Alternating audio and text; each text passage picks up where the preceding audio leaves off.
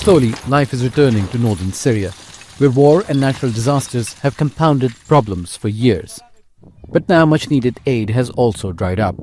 The Trump administration's decision to stop foreign assistance means at least a dozen medical clinics have shut down. More than 7 million Syrians have been displaced in the last 14 years, and many camps like this rely on charity. Entire families live in each tent and can barely afford meals, let alone medicine.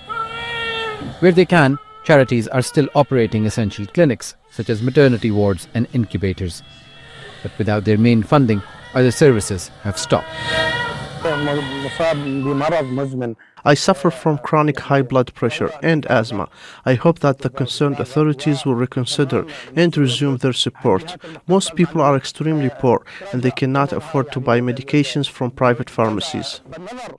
Abdul Karim runs the Kaukaba camp. He fears a worsening humanitarian situation.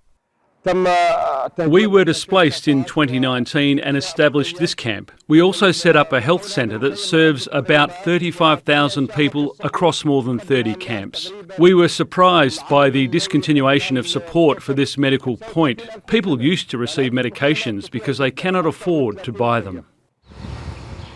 An estimated 2 million people rely on the Bab al-Hawa hospital. It faces complete closure in weeks unless funding and support is resumed. The funding cuts are also costing jobs and livelihoods for hundreds of people.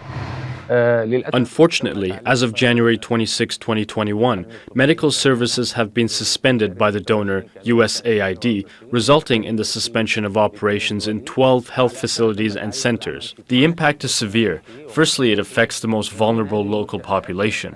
On the second level, it's impacting humanitarian workers who have been serving in this clinic through the revolution. Around 175 of our staff members have been affected, with their contracts suspended. Several organizations have told Al Jazeera they're facing critical times. Aid workers estimate more than 150 health centers and hospitals could cease operations by the end of March. Large swathes of Syria have no government healthcare, so people rely on non-governmental organizations. And unless alternative sources of funding are found, things could become dire very fast.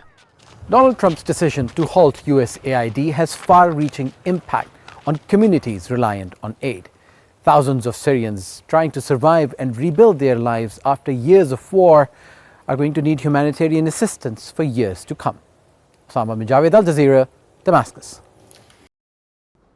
Make sure to subscribe to our channel to get the latest news from Al Jazeera.